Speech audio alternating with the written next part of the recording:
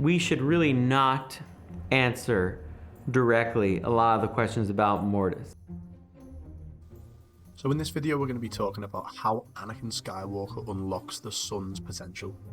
You might recall that line from Altar of Mortis. By bringing the Chosen One here, you've shown me my potential. You've only yourself to blame.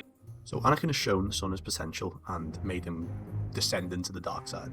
It fuels his descent and his desire for power more than ever before. So why exactly is that? Why exactly do we get that line in the episode? As I say, there's mechanics, there's functions behind all these little lines that are there for us to uncover.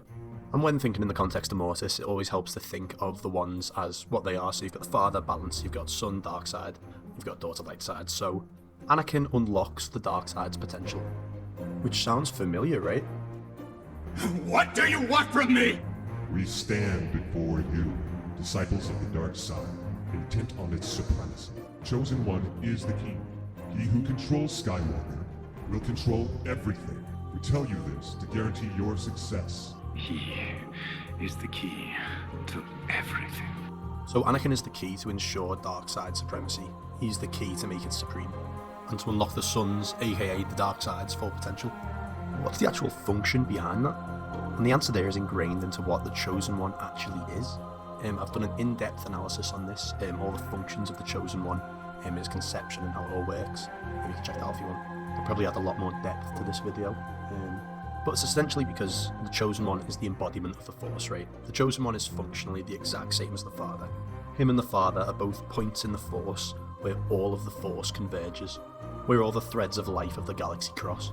And what is the nature of the dark side, right? The nature of the dark side is corruption. The dark side's like a cancer, right? It eats, it corrupts. And the more you're corrupted, the deeper your descent into the dark side is. And so if Anakin is the embodiment of the Force, right, he is the entire Force.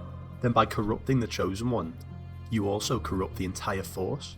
So the Force is basically one giant entity, right? And we're all part of it, we're all connected. It's one big whole entity. Picture it like stars in the sky, and then they're all connected together. So if one of the stars burns out, part of that giant entity, part of that giant organism dies off, it's gone. Or if part of that giant organism gets corrupted by the dark side, then obviously part of the Force has been corrupted by the dark side.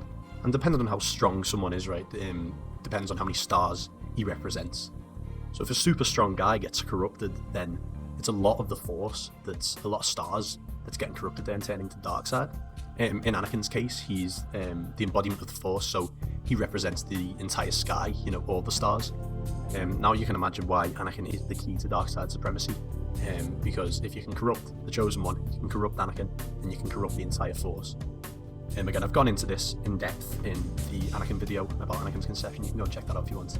I'll put a link there. You know, you're probably wondering, like, how is Anakin the embodiment of the Force? What does that even mean? Go and check that video. I'll explain everything in depth. But Pablo Hidalgo makes note in Clone Wars Secrets Revealed in 3D that the Son realises that Anakin is key to unlocking his power. So he's using Anakin, corrupting him, and through that he corrupts the Force, which obviously is the power source in Star Wars. This is also fundamentally why everyone's after Anakin. It's why Sidious wants him too. But I'm going to do a separate video on that because there's a few more mechanics that go into that as well. And if you want to learn more about Mortis, you can go check out my last video about the purpose of the wands and what happens after they die. In these series of videos where I'm just going to be uncovering a lot of the secrets hidden behind Mortis. But yeah, just a little short and sweet one. I'm going to be doing a lot more like this, little short ones, a lot more long ones as well. General mechanics, deep dives into little lines in the episodes, stuff like that. So yeah, stick around if you want.